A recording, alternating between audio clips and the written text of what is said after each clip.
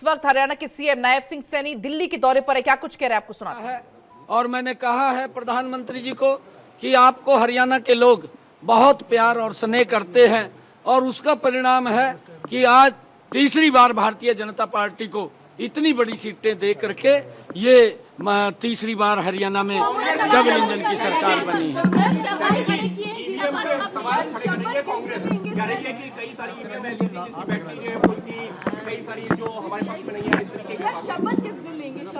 देखिए, जो ईवीएम के ऊपर सवाल उठाने वाले लोग हैं, मैंने 4 रोज पहले कहा था, जो यहाँ पर सर्वे की रिपोर्ट आ रही थी, उस सर्वे की रिपोर्ट के अंदर एक तरफा कांग्रेस के पक्ष में माहौल था। कांग्रेस इस प्रकार का वातावरण बना रही थी, झूठ का बवंडर खड़ा कर रही थी कि हम सत्ता के अंदर आ गए हैं। और मैंने बार बार इस बात को कहा, मेरी कोई भी बाइट आपने देखी होगी, सुनी होगी, मैंने ये बात कही है कि हमने इतना काम किया है पिछले 10 वर्षों में आदरणीय मोदी जी के नेतृत्व में, और मुझे पूर्ण विश्वास है कि हरियाणा के अंदर तीसरी बार बहुत बड़े मैंडेट के साथ एक तरफा जीत भारतीय जनता पार्टी की होगी। और वो साबित हरियाणा के लोगों ने कर दिया है। वो जो सर्वे की रिपोर्ट थी, उस रिपोर्ट को आप लोगों के सामने है। मेरे को ये भी पूछा गया था, जब पत्रकारों ने ये पूछा था कि सर्वे ये दिखा रहे हैं, मखा सर्वे की अपनी रिपोर्ट होती है, उनका अपना आंकलन होता है, मैं उसके ऊपर कुछ नहीं बोलना चाहता, परंतु मेरा भी आंकलन है, क्योंकि मेरा आंकलन ये है कि मोदी जी ने जो काम किए हैं, मुझे पता, उन्होंने गरीब के लिए 5 लाख रुपए का आयुष्मान कार्ड दिया है। आज गरीब व्यक्ति को इस बात की चिंता नहीं है कि उसके इलाज के लिए पैसा कहां से आएगा। ये सम्मान अगर कोई दे रहा है तो नरेंद्र मोदी की ही योजना है, जो गरीब व्यक्ति को संबल बनाने का काम मोदी जी कर रहे हैं।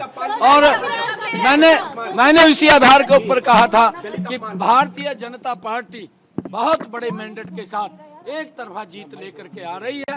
इसका श्रेय पूरा का पूरा अगर जाता है वो मोदी जी को जाता है और कार्यकर्ताओं को जाता है। देखिए, इसके बारे में मुझे नहीं मालूम है, मेरे को नहीं। देखिए, मेरी जो ड्यूटी थी मैंने वो पूरी की है। ये हमारा पार्लियामेंट्री बोर्ड तय करेगा। अभी हमारे ऑब्जर्वर भी आएंगे, वो ऑब्जर्वर और मुझे नहीं मालूम है, वो केंद्र तय करेगा, हमारा पार्लियामेंट्री बोर्ड तय करेगा। विधायक दल अपना नेता चुनेगा, किसको चुनेगा किसको नहीं चुनेगा, जिसको भी चुनेगा हमारी पूरा का पूरा विधायक दल। हमारे यहाँ कोई किंतु परंतु तो है नहीं, हमारे यहाँ कोई ये भी नहीं कहता कि ये जो पार्लियामेंट्री बोर्ड का आदेश होगा वो सिर माथे के ऊपर होता है। और वो मैंने कहा है कि केंद्र तय करेगा, हमारे ऑब्जर्वर आएंगे, ऑब्जर्वर उसको जो आएंगे वो तय करेंगे। और जब दायित्व संभालने के लिए तैयार है, जिम्मेदारी नहीं, देखिए, मैंने कहा है कि हमारा पार्लियामेंट्री बोर्ड इस बात को तय करता है और पार्लियामेंट्री बोर्ड का फैसला वो अंतिम फैसला है। जो भी फैसला उनका होगा वो सर्वमान्य है।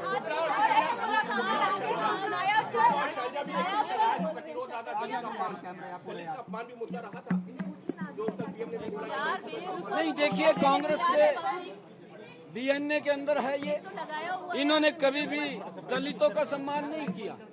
दलितों को अपमानित करने का काम ये कांग्रेस पार्टी करती रही है। और कांग्रेस ने हमेशा, आप इनका कार्यकाल देखिए, ये यहाँ से नहीं है, इन्होंने डॉक्टर भीमराव अंबेडकर जी को सम्मान नहीं दिया, उसको अपमानित करने का काम ये कांग्रेस पार्टी ने किया। जिस पवित्र संविधान की रचना डॉक्टर भीमराव अंबेडकर जी जो उसके मुखिया थे, उन्होंने उसका निर्माण किया, उस पवित्र संविधान को भी अपमानित करने का काम ये कांग्रेस पार्टी कर रही है। इन्होंने पिछले इलेक्शन के अंदर उस पवित्र संविधान की बुक उठा करके किस प्रकार का झूठ वो देश के अंदर बोलने का काम किया। मैं बार बार ये बात कह रहा था, इनका झूठ 3 जगह चला है, एक हिमाचल में चला है, एक कर्नाटक में चला है, एक तेलंगाना में चला है। और अब इनका झूठ बिकने वाला नहीं है। अब इनका झूठ राजस्थान ने ठुकरा दिया है, मध्य प्रदेश ने इनके झूठ को ठुकराया है और छत्तीसगढ़ ने इनके झूठ को ठुकराया है अब हरियाणा के लोगों ने इनको बाहर का रास्ता दिखा दिया है कि ये झूठ बोलते हैं, इनके पास झूठ से सिवाय कुछ नहीं है। इनकी मंशा को, इनकी सोच को आज समझ चुके हैं कि कांग्रेस विकास की बात नहीं करती, झूठ की बात करती है और उस झूठ को लेकर के उनको नकारती है। अनिल विज ने कहा है कि अगर हमें मौका मिलता है तो बिल्कुल सीएम की दावेदारी करेंगे नहीं, मौका मिलेगा तो चूकेंगे नहीं। अनिल विज हमारे नेता हैं, हमारे नेता हैं। वो अगर उन्होंने कुछ कहा है तो वो हमारे नेता बोल सकते हैं, कह सकते हैं। मुलाकात होनी है प्रधानमंत्री से आपकी? मैं आपको बताऊंगा, मेरी सभी उच्च लीडरशिप का मैं धन्यवाद करना चाहूंगा, क्योंकि उन्होंने हमें संभाला है। उन्होंने आकर के हरियाणा के अंदर सभी हमारी बड़ी उच्च लीडरशिप ने, चाहे माननीय अमित शाह जी हैं, चाहे आदरणीय जगत प्रकाश नड्डा जी हैं, आदरणीय ठाकुर राजनाथ सिंह जी हैं, हमारे धर्मेंद्र प्रधान जी हैं, हमारे विप्लव कुमार देव जी हैं, हमारे सुरेंद्र नागर जी हैं और हमारे सतीश पूनिया जी हैं। हमारी जो केंद्रीय उच्च लीडरशिप है उन्होंने हमें संभाला है और हमारे इलेक्शन को गति देने का काम उन्होंने किया है। और जो मोदी जी की नीतियां हैं उनको एक मजबूती से नीचे तक पहुंचाने का काम किया है। हम सबको मिलकर के उनका धन्यवाद करेंगे।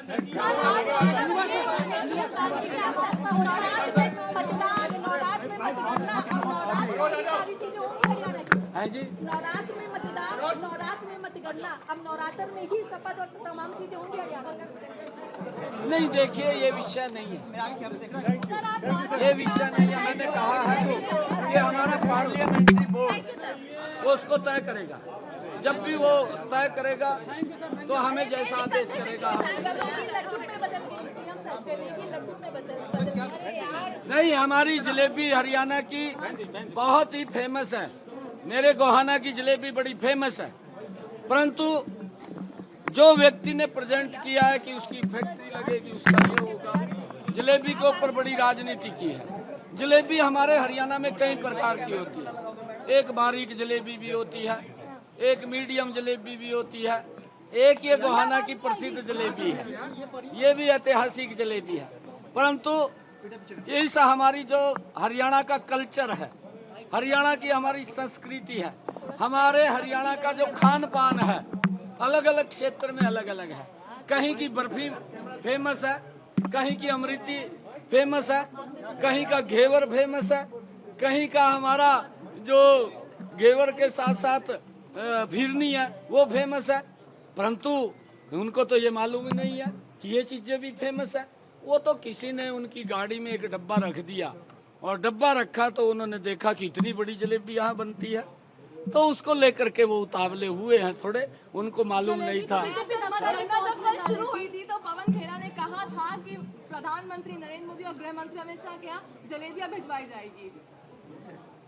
नहीं, क्यों नहीं भिजवाई? उन्होंने भिजवानी चाहिए थी। नहीं, हम भिजवा देंगे पवन खेड़ा के यहाँ, हम भिजवा देंगे।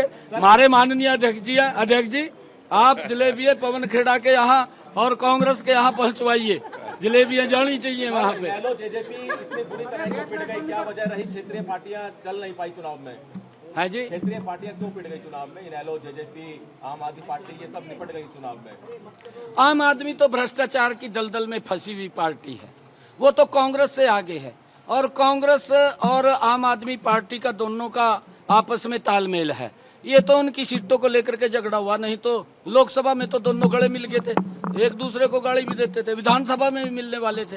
और तो सीटों को लेकर के तालमेल नहीं बना, क्योंकि लोग समझ चुके हैं कांग्रेस भ्रष्ट है और आम आदमी उससे महाभ्रष्ट है।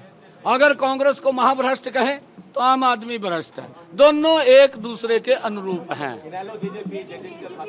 देखिए उनको आप पूछ सकते हैं, हमने तो बार बार ये कहा है, INLD के नेताओं को भी कहा है कि भाई थोड़ा जोर मारिए, जोर मारना चाहिए। लंबे समय तक आप लोग सत्ता के अंदर रहे हैं, परंतु वो उतना कवर नहीं कर पाए। ये पार्लियामेंट्री बोर्ड तय करेगा।